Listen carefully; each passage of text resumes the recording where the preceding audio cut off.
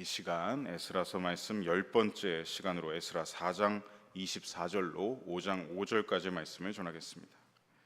먼저 우리는 지난 금요일 새벽 말씀을 통해서 사마리아인들의 고발 상소문대로 아닥사스다 왕이 이제 예루살렘 성벽 공사를 멈추도록 하는 명령 조서를 내리는 것을 함께 보았습니다. 사마리아인들은 그 조서를 받자마자 아주 기쁜 마음으로 즉각적으로 예루살렘으로 달려가서 아닥사스다 왕의 명령을 전하고, 그것도 모자라서 군대를 동원하여서 이 유다 백성들을 협박하고 성벽 공사를 막는 그런 모습을 우리가 함께 보았습니다. 그렇게 4장 전체에서 드러나고 있는 대적들의 방해에 대한 말씀을 통해서 우리는 두 가지 메시지를 발견할 수 있었습니다. 하나는 하나님의 일이 진행될 때는 늘 사단의 방해와 회방이 뒤따른다라는 메시지였고, 또 하나의 메시지는 그럼에도 불구하고 어떻게 됩니까? 하나님의 일은 결코 중단되지 않는다라는 메시지를 우리가 함께 발견할 수 있었습니다. 이렇게 4장 6절로 23절까지 말씀을 통해서 대적들의 예루살렘 성벽 재건 방해, 이 사건을 함께 살펴보았습니다. 4장 23절을 보시면 성벽 재건이 잠시 멈춰지기는 했지만, 오늘 본문보다 앞선 23절입니다. 성벽 재건이 잠시 멈춰지기는 했지만 이 일은 완전히 중단된 것이 아닙니다. 여러분, 이 일이 언제 다시 이루어져서 성벽이 재건되기에 이릅니까? 우리가 잘 알고 있는 느헤미야를 통해서 이 예루살렘 성벽 재건이 다시 이루어지고 마침내 재건 공사를 시작한 지 52일 만에 성벽 재건이 완성되는 것을 우리는 느헤미야서를 통해서 알 수 있는 것이죠. 저자 에스라는 이제 시점을 옮기고 있습니다. 오늘 본문부터는 시점을 옮기고 있습니다. 그래서 24절부터 읽은 것입니다. 4장 6절로 23절까지의 내용은 아하수에로 왕, 아닥사스다 왕 시절에 그 시대에 있었던 이 성벽 재건 방해 사건의 이야기, 그 이야기를 기록하고 있고, 에스라는 이제 24절부터 어떻게 하느냐? 그 이전 시대로 회귀하고 있습니다. 오늘 본문 24절을 보시면 왕의 이름이 바뀌어 있는 것을 보실 수 있습니다. 우리 24절 말씀을 함께 읽어보겠습니다. 이에 예루살렘에서 하나님의 성전 공사가 바사왕 다리오 제2년까지 중단되니라. 에스라는 이제 다시 언제로 옮깁니까? 이제 원래 시점이었던 아하수에로와 아닥사스다의 재위 기간보다 더 이전, 곧 다리오 왕 재위 기간으로 지금 회귀하고 있는 것이죠. 다시 성벽이 아니라 이제 언제요? 성전을 공사하던 시대로 돌아오게 된 것입니다. 제가 헷갈리실까봐 바사왕의 계보 순서를 화면을 통해서 참고로 말씀드리겠습니다. 이런 순서로 이제 바사왕의 계보가 이어지죠. 여기서 보시면 캄비세스라는 왕은 성경에는 등장하지 않고 세계사에서는 이제 나오는 그런 왕입니다. 자, 에스라 1장에서는 하나님께 감동이 되어서 성전 재건 공사를 명령한 왕이 있었습니다. 그 왕이 누구죠? 맨 앞에 있는 고레스 왕이었습니다.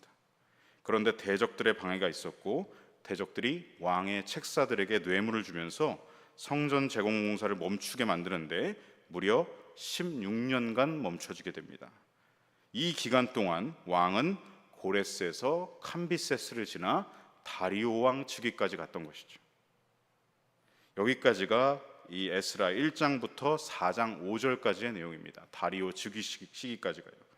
그리고 오늘 본문 시작인 4장 24절부터 다시 그때의 이야기로 돌아오고 있는 것입니다. 중간에 4장 6절로 23절까지는 어느 왕 때 무슨 사건입니까? 저 중간에 있는 아하수에로, 그리고 아닥사스다 왕 시절에 예루살렘 성벽 재건 방해 사건이 이제 6절로 23절까지였고, 이제 24절부터는 다시 다리오 왕 시기로 돌아왔다라는 것이죠. 이 배경을 모르고 에스라서 4장을 읽으시면 헷갈리게 됩니다. 성전 공사였는데 왜 갑자기 성벽으로 갔다가 또 다시 성전으로 가는 거지? 이렇게 헷갈리시게 되는 것이죠. 에스라는 이 4장을 연대기적 순서로 역사 순으로 기록한 게 아닙니다. 대적들의 방해, 이 주제를 가지고 계속해서 4장을 기록한 것이죠. 대적들의 방해가 언제까지 있었느냐? 성전 재건 때만 있었던 게 아니라 성벽 재건 때도 계속되었다. 이것을 에스라는 강조하면서 4장을 기록한 것입니다. 자, 그래서 4장 24절은 다시 다리오가 재위에 있던 때로 그가 즉위한 지 약 2년 차가 되던 해였습니다. 성전 재건 공사가 중단되고 16년이 흐른 뒤였죠. 자, 이제 성전 재건이 어떻게 다시 시작되는가, 그 말씀을 오늘 본문 5장 1절부터 나와 있습니다. 우리 함께 5장 1절 말씀을 읽어보겠습니다. 선지자들 곧 선지자 학개와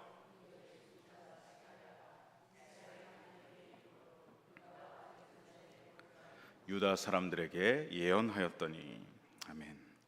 하나님께서는 두 사람을 통하여서 16년간 멈춰서 주저앉아 있었던 이스라엘에게 다시 말씀하십니다. 두 사람은 누구입니까? 선지자 학개와 스가랴입니다. 학개와 스가랴는 우리에게 익숙한 인물이죠. 이들이 등장하자마자 진행한 것은 예루살렘에 거주하던 유다 백성들에게 예언, 여기서 말하는 예언은 미래를 말하는 게 아니라 맡길 예 말씀언입니다. 하나님께 맡겨진 말씀을 그들에게 전하는 것이었습니다. 그런데 에스라는 여기서 학개와 스가랴 선지자가 도대체 어떤 말씀을 전했는지는 기록하지 않고 있습니다. 하지만 우리는 학개서와 스가랴서를 읽어보면 두 선지자가 예루살렘, 이 유다 백성들에게 어떤 말씀을 전했는지를 알 수 있지요. 우리 학개서 말씀을 한번 읽어볼 텐데 1장 1절로 8절까지 말씀 중에서 먼저 1절로 2절까지 말씀을 한번 읽어보겠습니다. 다리오 왕 제2년 여섯째 달 곧 그 달 초하루에 스알디엘의 아들 유다 총독 스룹바벨과 여호사닥의 아들 대제사장 여호수아에게 임하니라. 이르시되 만군의 여호와가 이같이 말하여 이르노라. 이 백성이 말하기를 여호와의 전을 건축할 시기가 이르지 아니하였다 하느니라. 자, 먼저 1절에 보시면 다리오 왕 제2년에, 이 기록을 통해서 우리는 에스라에서 오늘 읽은 본문과 같은 시기라는 것을 알 수 있지요. 이때 여호와의 말씀이 임하니라. 선지자 학개에게 임하였습니다. 그리고 그 학개를 통하여서 스룹바벨 총독과 예수와 대제사장에게 하나님의 말씀이 전달됩니다. 그 말씀은 이렇습니다. 2절, 이 백성이 말하기를 여호와의 전을 건축할 시기가 이르지 아니하였다 하느니라. 이 말씀은 곧 성전 공사가 멈춰진 16년 동안 유다 백성들의 마음 상태가 어떠했는지를 진단하고 있는 말씀입니다. 그들의 마음이 어떻게 변해버렸는지를 알려주고 있습니다. 대적들이 방해를 하고 뇌물까지 주어서 관리들을 섭렵해가지고 성전 공사를 막은 지 그들의 16년이 이제 지나버렸습니다. 그들은 16년 동안 어떻게 되었습니까? 매너리즘에 빠져 있었습니다. 처음에는 두려움 때문에, 낙담 때문에 성전 재건 공사를 할 수가 없었습니다. 하지만 시간이 지날수록 무뎌지고 익숙해지면서 이제는 아예 성전 재건 공사에 대한 시도조차 하지 않고 있었습니다. 여러분, 이런 말이 있습니다. 마음이 있으면 어떻게든 방법을 찾고 마음이 없으면 핑계부터 찾는다라는 말이 있습니다. 당시 유다 백성들의 상태가 이러했던 것이죠. 그래서 백성들이 이렇게 말한다는 것입니다. 아니야, 아직은 이 성전을 건축할 시기가 아직 아닌 것 같아. 이르지 아니었어. 1년이 지나도 2년이 지나도 3년이 지나도 아직은 때가 아니야. 아직은 때가 아니야. 그렇게 쌓이고 쌓여서 아무런 시도조차 생각하지 않는 매너리즘에 갇힌 지 16년이나 흘렀다라는 것이죠. 여러분, 때와 시는 하나님께서 정하시는 것입니다. 백성들이 정하고 판단할 것이 아닙니다. 그들의 마음은 이렇게 핑계를 찾고만 있는 것입니다. 그래서 하나님의 때가 참에 학개 선지자를 통해 하나님의 말씀이 이제 임하게 되는 것이죠. 우리 3절로 4절 말씀도 함께 읽어보겠습니다. 여호와의 말씀이 선지자 학개에게 임하여 이르시되 이 성전이 황폐하였거늘 너희가 이때에 판벽한 집에 거주하는 것이 옳으냐. 이 성전이 황폐하였거늘, 여기서 이 황폐하다는 말을 원어적으로 보면 가뭄으로 타버리거나 바싹 말라서 아무런 생명력을 찾아볼 수 없는 상태를 말합니다. 즉 성전 공사가 멈춰지고 어떻게 되었다는 것입니까?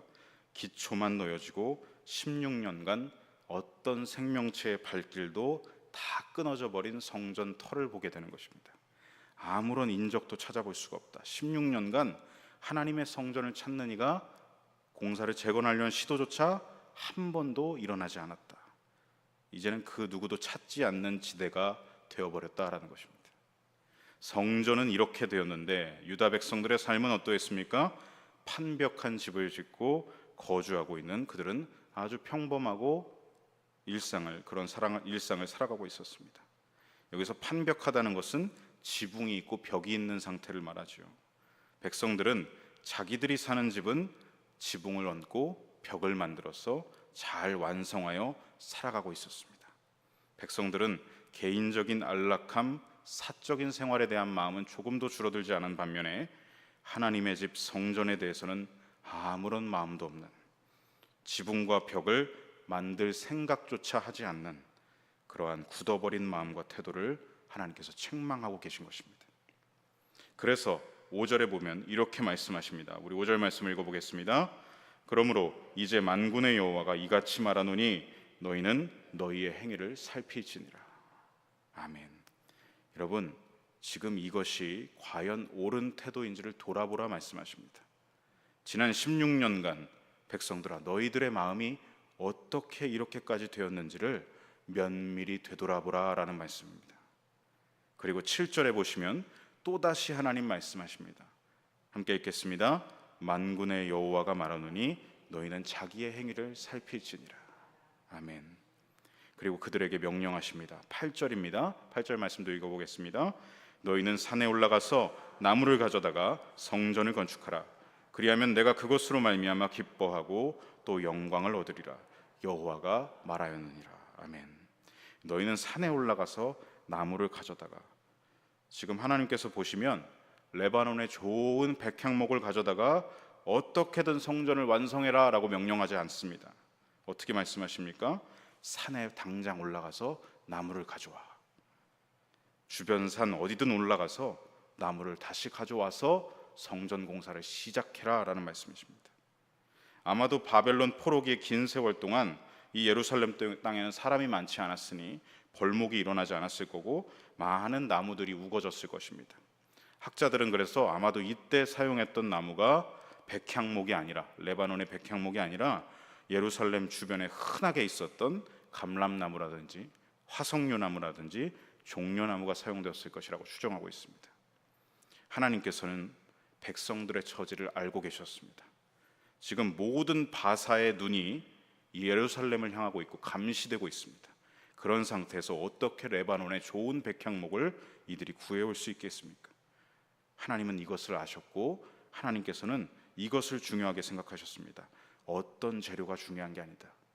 얼마나 화려하고 좋은 성전을 짓느냐가 그런 것이 아니라 당시 백성들이 그 매너리즘으로부터 박차고 일어나서 처한 삶의 형편 중에서 무엇이라도 방법을 찾아서 산에 올라가서, 주변 산에 올라가서 나무를 가져다가라도 다시 하나님의 집 성전을 건축하길, 그 순종의 마음과 태도를 보고 계신 것입니다. 하나님께서는 그리하면 내가 그것으로 말미암아 기뻐하고 또 영광을 얻을 것이라 말씀해 주고 계십니다. 성도 여러분, 이렇게 보시면 하나님께서는 때로 우리를 책망하실 때가 있습니다. 말씀으로 책망하실 때가 있죠. 책망이라는 단어를 들으면 우리는 불편해합니다. 누구도 책망을 받고 싶지 않죠. 하지만 여러분, 책망은 내 삶을 돌아보게 합니다. 내가 지금 어떤 상태인지, 내 영혼과 믿음 생활이 어떠한지를 점검케 하는 말씀입니다. 매너리즘과 익숙함, 타성에 젖어서 나태해진 우리를 다시 일으키시는 말씀이 책망의 말씀인 줄로 믿습니다. 여러분, 책망의 말씀도 아멘으로 받으시길 축복합니다. 책망의 말씀은 다시금 하나님 앞에 우리의 마음을 드리게 하고 순종의 태도로 나아갈 수 있도록 우리에게 유익한 말씀입니다. 이렇게 학개와 스가랴를 통해 하나님의 책망의 말씀을 들은 스룹바벨과 예수아는 어떻게 하게 됩니까? 우리 오늘 본문 에스라 5장 2절 말씀을 함께 읽겠습니다. 이에 스알디엘의 아들 스룹바벨과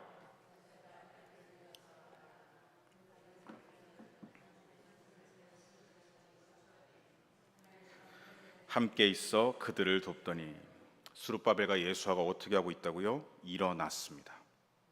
일어났습니다. 이 일어나, 여기서도 히브리어 원어 쿰이 사용됐습니다. 우리가 에스라서를 시작할 때 1장 5절에서 보았던 그 단어이죠. 하나님께 감동을 받아 성전을 건축하고자 하는 자가 다 어떻게 했다고요? 쿰, 자리에서 박차고 일어났다라는 것입니다. 여러분, 책망의 말씀, 그 말씀을 들은 이들이 매너리즘의 익숙함의 자리에서 박차고 일어난 것입니다. 내가 16년 동안 뭘 하고 있었는가? 나태함에 빠져 있었구나. 그리고 일어나서 하나님의 성전을 다시 건축하는 것입니다. 여러분, 하나님의 책망은 영적 나태함에 빠진 우리를 다시 일으키십니다. 그러므로 우리도 책망의 말씀을 아멘으로 받아서 날마다 나태함의 자리에서 박차고 일어나시는 저와 여러분 되시길 소망하고 축복합니다. 일어나면 여러분, 그때부터는 하나님이 일하시고 도우십니다. 2절 후반절에 어떻게 기록되어 있습니까? 책망을 받고 일어나 성전을 건축하기 시작한 백성들을 하나님께서 선지자들을 붙이셔서 학개와 스가랴가 늘 그 성전 공사에 같이 붙어 있게 하셔서 그들을 돕게 하십니다. 이 선지자 두 사람이 무엇을 도울 수 있을까요? 이들은 하나님의 격려의 말씀을 끊임없이 옆에서 전해줍니다. 대적들의 방해와 협박과 감시가 지속되고 있지만 겁먹지 말아라. 하나님이 너희들에게 명령하신 것이 아니냐. 담대하게 이 일을 끝까지 진행하다 하라고 전해주었던 것입니다. 이 격려의 말씀은 학개서와 스가랴서를 읽어보시면 잘 나타나 있습니다. 한번 나중에 읽어보시면 좋을 것 같습니다. 이렇게 학개와 스가랴 선지자가 계속 옆에서 하나님의 격려의 말씀을 전해주었습니다. 만약 이 일이 없었다면 아마도 유다 백성들은 또 주저앉았을지도 모르겠습니다. 왜냐하면 오늘 본문 3절을 보시면 바사 관리들이 예루살렘에 금방 들이닥쳤기 때문이죠. 예루살렘 총독이 아닌 사마리아 지역을 총관하던 총독 다뜨네를 비롯한 바사의 지방 관리들이 예루살렘과 가까운 지역이었기 때문에 재빠르게 달려온 것입니다. 이렇게 빨리 찾아온 걸 보면 아마도 사전에 첩자라든지 보고자를 예루살렘에 심어놨던 것이 아닌가 싶습니다. 그들은 성전 공사를 다시 시작하는 일에 대해서 진상을 물어옵니다. 도대체 누구 허락으로 이 성전을 다시 짓고 이 공사를 하고 있는 것이냐. 그러자 유다 백성들은 이제는 두려움 없이 담대하게 모든 있는 사실을 그대로 그 관리들에게 말합니다. 그러자 놀라운 일이 벌어지죠. 오늘 본문 5절 말씀을 함께 읽겠습니다. 하나님이 유다 장로들을 돌보셨으므로 그들이 능히 공사를 막지 못하고 이 일을 다리오에게 하라고 그 답장이 오기를 기다렸더라. 아멘. 하나님이 유다 장로들을 돌보셨다라고 기록합니다. 돌보셨다라는 말은 하나님의 눈동자가 지금 유다 지도자들을 향하고 있었다라는 것이죠. 유다 장로들은 다뜬의 총독을 상대해야 했습니다. 무슨 말을 어떻게 해야 할지 그들의 생각과 입술을 하나님께서 주관하시고 다스려 주셨다라는 말이죠. 하나님께서 이들을 주관하셨기 때문에 이들은 있는 그대로를 정직하게 전하였습니다. 앞서 나태함을 책망하셨던 말씀이 그들의 행위를 살피도록 되돌아보게 하였고, 또한 계속되는 담대하라는 격려의 말씀이 이들과 함께했기 때문에 유다 지도자들은 더 이상 두려움이 없었고 정직하게, 거짓말로 둘러대지 않고 정직하게 있는 사실 그대로를 말했습니다. 결국 다뜨네와 관리들은 정직하게 대처하는 이들의 말에 설득되면서 공사를 중단시키지 못합니다. 그리고 돌아가서 이 일을 자신들이 판단할 문제가 아니라 다리오 왕에게 고해서 그의 판단을 기다려보자 하게 되죠. 다리오가 여러분 어떤 판결을 내리게 되는지는 다음 시간에 우리가 그 하나님의 일하심을 보게 될 것입니다. 이제 말씀을 정리합니다. 사랑하는 성도 여러분, 하나님의 일은 결코 중단되지 않는다는 것을 오늘 말씀을 통해서 우리는 또 보게 됩니다. 하나님의 일은 누구를 통해 지속됩니까? 영적 나태함에 빠졌을지라도, 넘어졌을지라도, 좌절했을지라도 하나님의 말씀을 아멘으로 받고 일어나는 사람을 통해서 하나님의 일은 지속된다라는 것입니다. 하나님의 책망의 말씀은 우리를 나태함으로부터 일으킵니다. 히브리서 4장 12절, 하나님의 말씀은 살아있고 활력이 있어 좌우의 날선 어떤 검보다도 예리하여 혼과 영과 및 관절과 골수를 찔러 쪼개기까지 하며 또 마음의 생각과 뜻을 판단하나니. 아멘. 또한 결단하며 일어난 자를 고아와 같이 내버려 두지 않으시고 격려하시고 새 힘을 주는 말씀을 주십니다. 그래서 우리를 담대하게 하십니다. 요한복음 16장 33절 말씀, 세상에서는 너희가 환난을 당하나 담대하라, 내가 세상을 이기었노라. 아멘. 여러분, 바라기는 오늘 부활하신 주님의 승리의 날 주일입니다. 예배를 드리시면서 나에게 오늘 주실 하나님의 말씀들을 기대하시길 바랍니다. 우리를 책망하시는 말씀일 수도 있고 일으키시는 하나님의 말씀일 수도 있고 또 그로 인해서 결단하여 순종으로 나아갈 때 우리를 격려하시고 인도하시는, 담대케 하시는 하나님의 말씀이 오늘 이 제단을 통해서 선포될 줄로 믿습니다. 그 말씀을 오늘 우리에게 주실 것입니다. 아멘으로 받는 우리를 통해서 하나님 나라와 하나님의 뜻을 이루어가 주실 것입니다. 그러한 복된 삶을 살아가시는 저와 여러분 되시기를 간절히 소망하고 축복합니다. 아멘. 기도하겠습니다. 주의 말씀은 내 발의 등이요 내 길의 빛이니이다. 이 말씀은 나의 고난 중의 위로라. 주의 말씀이 나를 살리셨기 때문이니이다. 아멘. 우리를 일으키시는 하나님 아버지, 영적 나탐에 빠졌던 유다 백성들을 책망하셔서 그들의 마음과 생각을 판단하시고 스스로를 돌아보게 하시고 그 자리에서 박차고 일어나게 하심을 보게 됩니다. 혹여 오늘 저희들의 삶이 무뎌져 있고 익숙해져서 타성에 젖은 종교 생활로 주저앉아 있다면 주여 저희들에게 말씀하여 주시옵소서. 저희들을 책망하시고 그 자리에서 일어나 다시 종교 생활이 아니라 신앙 생활로 믿음이 있고 순종이 있는 삶으로 살아갈 수 있도록 인도하여 주시옵소서. 결단하고 일어선 자를 도우시는, 격려하시는, 담대하게 하시는 성령의 말씀으로 날마다 세상 끝날까지 인도하여 주시옵소서. 그리하여 하나님 나라와 그 뜻을 저희들의 삶을 통하여 이루어가 주시옵소서. 오늘도 성경을 통하여 말씀해 주심을 감사드리며 우리 구주 예수님의 이름으로 함께 기도드립니다. 아멘.